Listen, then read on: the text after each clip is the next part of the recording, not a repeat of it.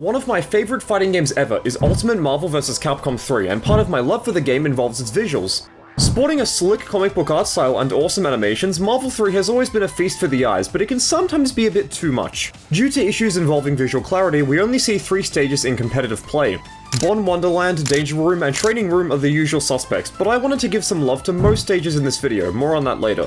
And to make the deal even sweeter, we're going to be flying around with the powers of Freecam. Whether you want to go under the stage, behind a character, or even get a cool bird's eye view, there's nothing we can't do here.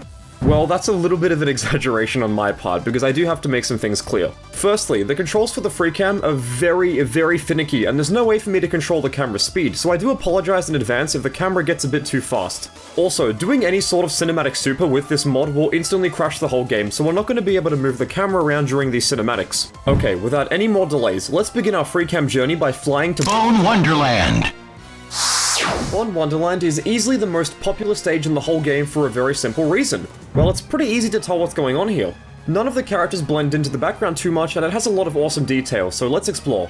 I love the little surfbots just behind the fighters, and moving the camera up close lets us see what they're doing with no intrusions. From behind, it looks like they're playing in the snow, but if you reposition the camera, it turns out that there's nothing here. This is the first of many tricks the developers use to save on resources while still making the game world feel alive, and it's very clever. Most of what we see from the regular game's camera angle is fairly basic NPC behavior, so let's see what goes on up here. By moving towards the left staircase, we can see that this poor surfbot has been trapped in a giant snowball by his cheeky friend, and I wish I could rescue this poor thing. They also seem to be glowing, and I believe that this is in relation to the camera itself emitting light, but I'm not 100% sure. There are also some surfbots riding along the snow, and their travel path is really easy to follow. They spawn in behind this building towards the right, go on top of the Bonne Wonderland sign in the middle of the stage, and then keep moving left before they eventually despawn. After a few seconds, they spawn back at their starting position, and they just keep traveling in an endless loop. From the starting area, we can see a surfbot having fun getting dizzy by spinning on the ice, and while I couldn't record his full travel path due to the camera controls not playing nice during my recording session, I believe that he does move in a circle of sorts on a loop. Going towards the back reveals a huge number of buildings and other types of geometry, although they're all super low poly. There's also a gap in the stage's mesh underneath this bridge, and the bridge itself leads to the other end of the map. Even though this is something you would never normally see in a real match, I like how these parts of the map are connected via the bridge. It's a nice little detail. Okay, going back to the starting area now, if we turn it around and look behind the fighters, we can see that the ground abruptly comes to an end, and it leads to the empty void of nothingness. I don't know about you, but I always found this black, empty, just devoid space of despair. I don't know what it is, it's really creepy, I don't know what it is, man, it's just uncanny for me. Finally, there are some boxes towards the left of the fighters, and these are nice as a little detail, but they don't actually do anything, and I'm not sure if you can even see them in a real match. Although I love Bonne Wonderland for its focus on the surfbots and its overall little details, there's not much else for us to cover, so let's move on to the next stage. Cadillacs Island! If this stage looks familiar, it's actually because it's the original version of Bonne Wonderland found in vanilla Marvel 3, so the map's layout is identical. As arguably the most visually intensive stage in Marvel 3, Cadillacs Island is pure eye candy, and the stars of the show are the many NPCs. Surfbots can be seen running around and playing, and Tron Bonne will even hop out of a machine to watch the fight, although I do believe this is a separate character model compared to the Tron that's playable because it looks a little bit low poly to me. Next to Tron is Tricell Bonne, and he's the leader of the Air Pirates. Despite having a low quality character model with very limited animations, he still looks really cool, and having him here is some awesome fan service for Mega Man Legends fans. Never forget. Next to Tricell is Bonne, and we can see him chilling with some surfbots in the water. There's not much going on here, but if I'm being honest, I wish I had half the aura that Bonne has. Seriously, he is the real star of the show. A more urgent matter involves the police cars speeding throughout the map, and they have a similar movement pattern to the surfbots from before. Now that I think about it, it kind of looks like they're chasing the little surfbots, so I wonder what crime these guys must have committed. But to be honest, with faces as cute as these, how could you be mad at them? Speaking of the surfbots, we can also see this little guy lighting a tube that shoots out fireworks. The fireworks display in this level is beautiful, so a big shout out goes to the artists and the programmers who made it all possible. The source of the fireworks is a very large visual effect that shoots up into the skies, and it's found behind the trees. Slightly moving the camera shows us that these fireworks look even better up close, but there's something wrong here. I don't know if I'm just imagining things, but I swear I saw... What? Yeah, the surfbots back here are completely featureless. Okay, look, I understand that giving faraway objects less detail to save on memory is like a video game's 101, but I just find these things to be so bizarre. They look fine now, but when I first saw these things in the dark at night when I was recording, I just about shat my pants. I thought surfbots were supposed to be cute and just, you know, you want to hug them, not nightmare fuel. But it's okay, because if you need something to cheer you up, take a look at the surfbot over here running in place. He's trying so hard to achieve his goal of spreading cheer, and even though his little legs are doing the best they can, he simply can't move properly, forever dooming him to a lifetime of despair as he desperately yearns for a brighter future whilst bearing witness to the freedom granted to his peers, a freedom he will never experience in this temporary time on Earth. Demon Village. Taking place in the Ghosts and Goblins universe, Demon Village places the fighters on a moving platform that's traveling along a swamp, and it's a beautiful looking stage. There's so much detail and life in the background that you wouldn't even notice it when you're actually playing the game and focusing on winning. Before we move on, I feel that now is a good time to mention that Ultimate Marvel 3 actually introduced Demon Village Redux, which is rendered in black and white. I personally love this stage's art style, but I'm pretty sure that aside from looking different, it's the exact same, so we're gonna stick with the original Demon Village. The big draw of this stage is that you're essentially fighting in front of a stage from Ghosts and Goblins, and this is yet another demonstration of genius fan service. Every little detail, from the enemy designs, their animations, and even the stage destruction effects look killer, and it's a very lush stage as a result. If you look hard enough, you can even find a cool treasure chest, and I really hope Arthur can find this before he saves the princess. Enemy character models are low poly, but they're stylized enough to still look good, especially when the camera is pulled back. Turning the camera 180 degrees from the starting position shows that there's a red mist plaguing the land and it's everywhere. You might not notice it as you play normally, but I couldn't escape it during my times with Freecam and I can only imagine the smell. Eventually, the platform you're on stops and we come across this big demon who tries to breathe fire on us. I love this NPC because he's so massive and it's probably my favorite detail in the whole stage. Taking the camera behind our fiery friend reveals some death trap-ridden pirate ships, and I'd be careful up here if I were you. Going back to the platform for a moment, its travel path is much simpler than you would think. Instead of having a really complicated one, it simply goes right until it reaches the end, which is indicated by this wall. Once it reaches the end, it stops moving until you restart the match. This is easily my favorite stage so far, as while its concept is very simple, it's executed perfectly, and I wish that we saw it in competitive play. Tricell Laboratory. Making its way into the Marvel vs. Capcom universe from Resident Evil 5, Tricell Laboratory was always one of my favorite stages as a kid, thanks to the Resident Evil callbacks placed throughout. Much like Demon Village, Tricell Laboratory has a clone stage called Chaos at Tricell, and this is more or less the same stage after a pyromaniac was allowed inside and just proceeded to go crazy. It wouldn't be right to start without looking at the NPC, so let's check the lickers out. These unholy things are contained within glass chambers, and they follow the same movement pattern on a loop. I'm not sure if it's just because my eyesight sucks, but it looks to me like they're animating at a lower frame rate than 60, and I believe this is also to save resources. I don't want to get the camera too close because these guys look terrifying, but it's still really cool to see them here in Marvel. What you'd really want to see though is the Tyrant, who's barely being held back by this giant glass tube. The Tyrant doesn't have many animations and it remains still throughout most of the match, but its character model still looks gnarly. There are other test tubes in the level, but these just contain low quality creature pictures. Taking the camera behind the tubes reveals a computer terminal of sorts, and there's another one to the left of the fighters. There are even more tubes if we go up a bit, but these are simple copies of one another, and they contain what looks to be some form of parasite. Going up even more here lets us see this area from Resident Evil 5 where all the bodies are being contained towards the end of the game, although the detail here is very low due to it being so far away from the main characters. It all eventually disappears upwards into a bluish mist, and this doesn't look too bad to be honest. We can also spot some conveyor belts up here too, although nothing travels along them, probably because there's no room for anything large. Since you would never see these in a real match unless you go really high up during a cool air combo, I'm surprised that these belts are even moving. My favorite detail about Tricell Laboratory is that even though it appears to be really big at first glance, the map is actually quite small. The level designers were able to use perspective tricks to make us think that it's larger than it actually is. Bravo, Capcom. Days of Future Past. Based on the famous X-Men comic of the same name, Days of Future Past depicts a timeline where Sentinels have ravaged the land in search of mutants to exterminate, with this poster reflecting on their targets. It's been updated to revolve around Marvel vs. Capcom here, and this has to be my favorite background detail in the whole game. Classic characters from previous entries are depicted here, and I remember when people thought Mega Man would be added to Ultimate via DLC because of his icon. But it's not just mutants and popular fighting game characters, because we can see an NPC who reminds me of SNK's Duck King hiding from the Sentinels. Poor guy. Speaking of Sentinels, they're massive, and there are a few of them placed throughout the level. Aside from looking down onto the fighters like their parents watching their kids do homework, they don't do anything aside from bobbing up and down at a steady pace. A cool detail I haven't seen anyone mention before is how this Sentinel's chest shoots out a beam of light that reflects onto lower quality versions of the aforementioned poster. The little details like this make the game world feel truly alive, and as Days of Future Past is iconic, I think Capcom smashed it.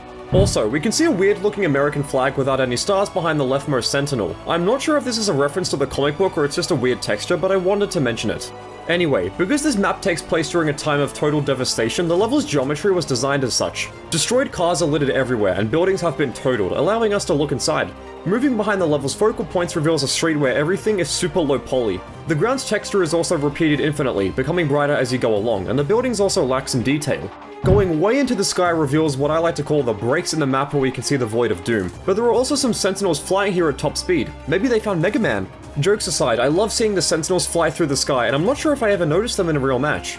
If we return to the fighters and spin the camera around, we can see that there is indeed a proper area behind them, and the American flag from before makes a return too. I'm not sure if Days of Future Past has been recreated in other X-Men games, but I'll be lying if I said that this probably isn't the best depiction. Metro City. Eagle-eyed viewers will notice that this is the original version of Days of Future Past, but I wanted to include it so we can look at its NPCs. In a time before the Sentinel Uprising, many characters from Capcom's Final Fight series used to use this city as their stomping ground, and they're up to all sorts of shenanigans.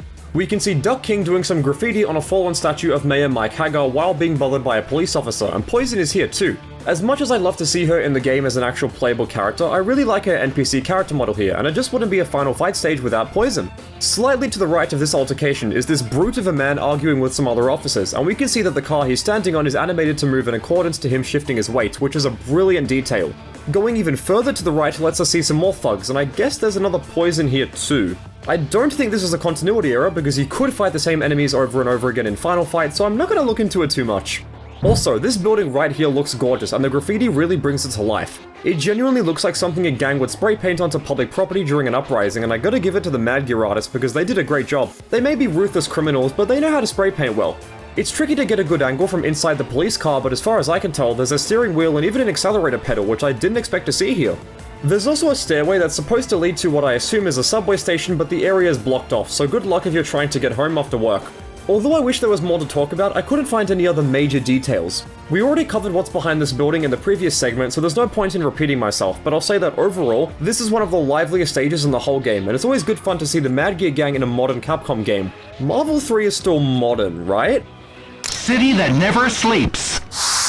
City that Never Sleeps is one of the most dense levels in Marvel 3, and there's a lot to cover here.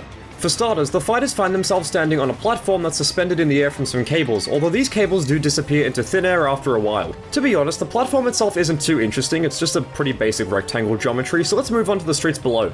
We can see a huge amount of NPCs down here, although they're all static images that get repeated to create the illusion of life. They all do bounce up and down a little bit though, and this looks pretty funny.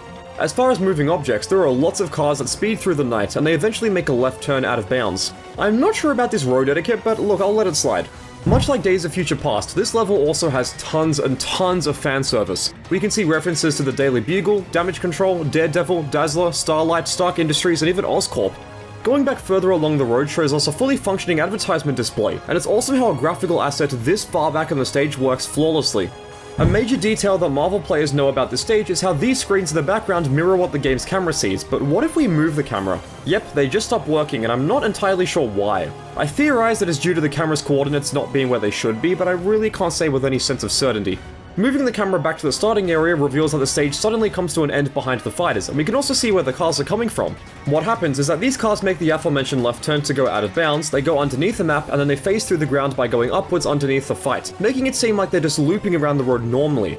Just like Tricell Laboratory, this stage seems much larger than it actually is when you look at it normally, so there's not much else for us to cover. I mean, you could just keep going further and further and further back, but there's not much detail back here and things start to become really low poly, and it sort of reminds me of the Willamette Parkview Mall stage from Tatsunoko vs Capcom. Either way, this is a really sick stage. It's unlike any other stage in the whole series from memory, and there's lots and lots of really cool fan service. As arguably the most iconic location in Marvel history, the Daily Bugle is where Peter Parker works, and it's the original version of the previous stage. It begins with the fighters on the grounded platform before ascending into the sky, so it's a bit like Demon Village in that the stage morphs as you play, although this has a focus on verticality. In my opinion, out of all of the stages in the whole game, the Daily Bugle feels the most like a celebration of the Marvel vs Capcom IP due to its obviously amazing fan service. The parade floats of Spider-Man, Surfbot, Beautiful Joe, and the other characters are super amazing, and I always loved them as a kid. On the lower areas of the map, we can see posters for Morrigan and Iron Man, and moving up reveals Ryu, Chun-Li, Spider-Man, Captain America, and Hulk posters. Seeing these characters have massive pieces of artwork dedicated to them and their greatness makes it feel like they're celebrities of sorts in this universe, and I think it's a really cool angle to portray these iconic characters from.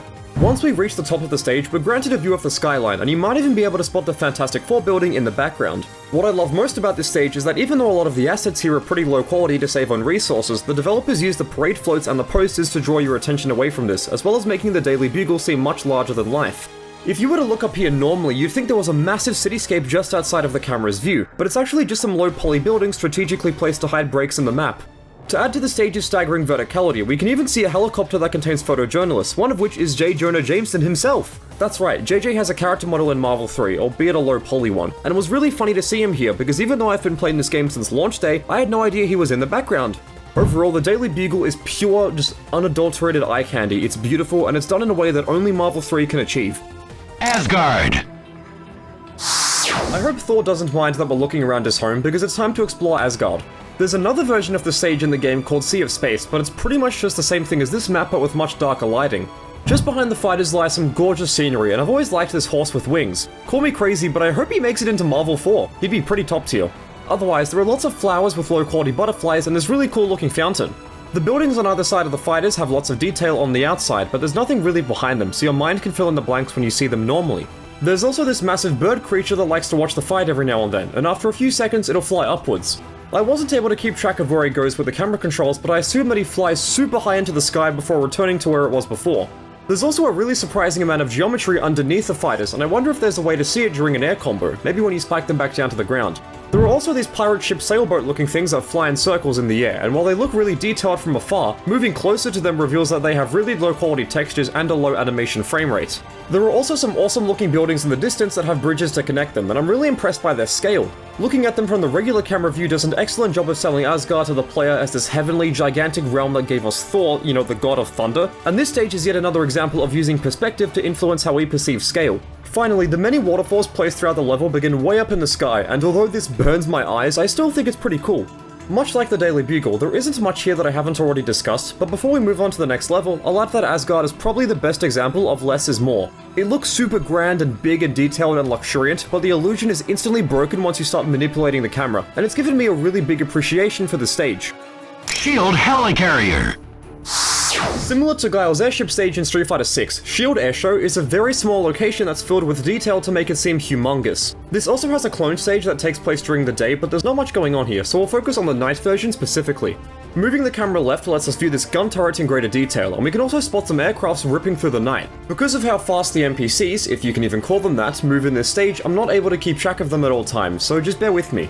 The Statue of Liberty sits proud in the background, and moving the camera just a little bit reveals that a decent amount of New York City has actually been rendered. I mean, it's extremely low poly, but at least it's here, and we can even see smoke and explosions in the distance.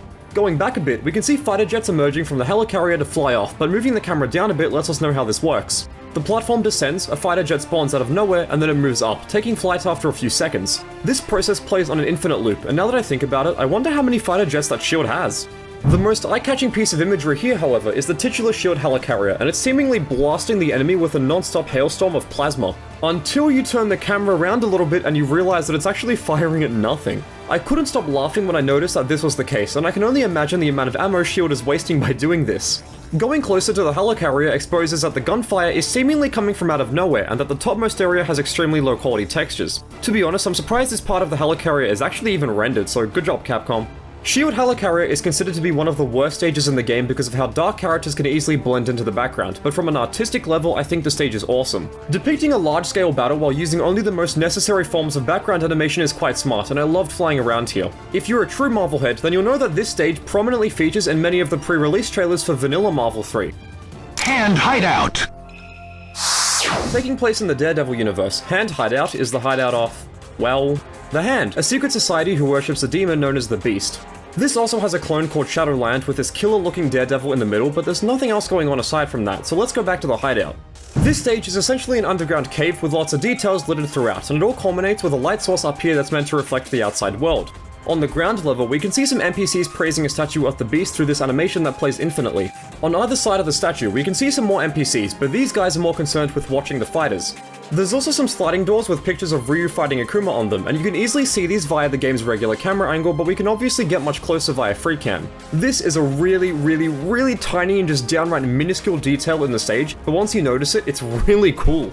Moving behind the big statue lets us take in the scenery, and I love these buildings. The snow that sits atop them gives the stage a very unique, wintry aesthetic, and their color scheme is awesome too. I love the red. They make for a fantastic backdrop during the fight, especially because of how the NPCs traverse around them. Some of them like to sit at dangerous heights and watch the fighters from above, whereas others make use of paragliders. Above it all is the cave's light source, which seems to begin out of nowhere, but you'd never normally notice this. The beam of light is subtle, at least when viewed normally, but I believe that it helps to immerse the player as it's something that you'd subconsciously notice during a match. Hand Hideout is once again comparable to Tricell Laboratory in terms of scope, as it contains a lot more verticality than other stages, and is also quite small. There are also details here that you would only notice if you went all the way to the very top of the map in a big air combo, so it definitely rewards those who like to inspect every little detail. I know next to nothing about Daredevil and Elektra, but this has always been one of my favorite stages in any of the Marvel vs. Capcom games. Danger Room! Moving on to the X-Men universe now, the Danger Room, much to my surprise, is actually fully rendered. As far as I can tell, there are no breaks in the map that reveal the void, which is really cool. This stage contains many details, including Professor X himself. He likes to monitor the fight from a distance, and even though you can only see his head from the regular camera angle, flying close to him reveals that his entire body has been modeled. His shoes are also clipping through the floor, which is pretty funny, and it might have something to do with one of his powers. Jokes aside, Professor X is also completely 100% static, and he doesn't even blink. I wish that he would pace up and down every now and then in his wheelchair, but look, it's fine. It's a really amazing detail to have him here, and if Professor X wasn't here, I think there would be riots in the streets. There are also these flying orbs that shoot laser beams at the fighters, but they're completely cosmetic. A lot of detail has gone into them, however, and we can see their texture reflections upon further inspection. Speaking of reflections, the whole level is wrapped in reflecting textures, and the reflection angle depends on the camera's coordinates, which is why they constantly move around. A recurring asset inside of the Danger Room specifically are these monitors that seem to be displaying some form of text at lightning speed, but I don't think that the monitor's contents have any meaning, they're just kind of window dressing. Behind and to either side of the fighters are the entrances to the Danger Room, and I love how the designers went out of the way to model these. You would never see these normally, but it helps in this context to make the Danger Room really feel alive. Finally, there's this giant rotating sphere at the other end of the map, and it reminds me a lot of the Marvel 2 character select screen. It spins on a loop, and even though it doesn't really do anything interesting, I still think it looks pretty neat. Unfortunately, that's about it, as even though the Danger Room is an iconic Marvel location and it's very important to the X-Men, its depiction here is quite small. The details are fantastic, but if you like to fly around huge maps with lots of funny NPCs, this won't be for you. Training Room! Finally, the Training Room is a recreation of the one found in Marvel vs. Capcom 2, and it's easily the most simple stage. Aside from the cool-looking multicolored grid background, there's nothing here for us to explore. No NPCs, funny animations, fan service, etc., so it's very one-dimensional, at least in this context. Honestly, that's all I can really say, because there's literally nothing else for me to talk about other than what little geometry there is up here, but even this isn't too interesting. I mean, a redeeming quality of the stage is that, it has a lot of visual clarity, and it's also quite large, so it allows you to get some cool camera angles, but the thrill does wear off pretty quickly. If you haven't passed out from motion sickness, then I salute you, because you are a true soldier. Although many of the game's wonderful details are visible during normal play, I started to appreciate them more as I manipulated the camera, and despite these little nightmare creatures scaring me initially, I did have a lot of fun overall. Level design may not seem that important for a fighting game because after all, every stage is just functionally identical and they don't serve any gameplay purpose, but the way they look and sound can heavily impact one's enjoyment of the game, and I think the developers did a perfect job on Marvel 3. You'd be hard pressed to find another fighting game stage with this much life, energy, and sheer chaos, so it was very, very enjoyable making this video. Thank you very much for watching, I really appreciate it, and I hope to see you in the next one.